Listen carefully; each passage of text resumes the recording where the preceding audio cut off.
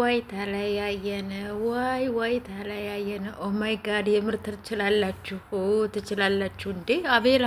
ወይኔ እኔ እንደዚህ እኮ አትመስለኝም ነበረ። ዋይ አላችሁ እኮ እንዴ። ሰውን በቁሙ ልትቀብሩ ነው እንዴ? ሰው ሳይሞት በቁሙ ልትቀብሩ ነው? ወይኔ ጉዴ ዛሬ ሩታ ይሄን ቪዲዮ ስታይ እንግዲህ ምን ይመስልሻል? እንግዲህ በተደጋጋሚ እየተሰራልሽ ነው ያለው። አሁን በቃ ሰዓት ደርሷል። ኦ ማይ ጋድ ሁሉም እንግዲህ ይሰራሉ ማለት ነው። ሌላው ነገር ደግሞ የሩታ እንግዲህ ኦዲንስ ማለት ነች። ሩታ ተገላገልሽ።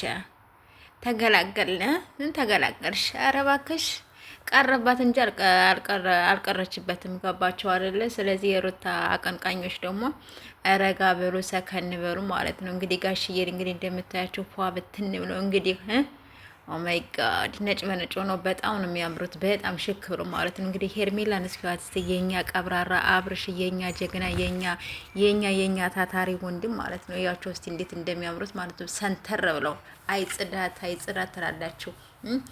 ፏ ብትን ብለው ነው ደግሞ የመጡት። የኔ ውዶች የኔ ምርጦች ይመቻችሁ። ለማንኛውም የምር ይመቻችሁ። ሁሌም ማለት ነው። ሁሌም ይመቻችሁ። ዘና ፈታ በሉ እንዴ። ለማን ብላችሁ ነው ጋይስ እንዴ? ዘና ፈታ በሉ እንግዲህ። ወይ ብለውላችኋል ማለት ነው።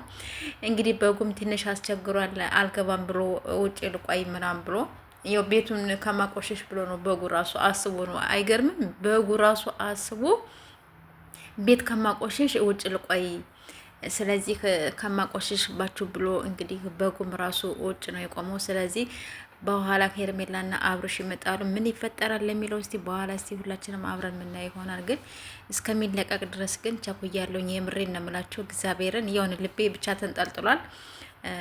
ሌሎቻችሁ ምን አለ እውነት በሆነ እውን ይሁን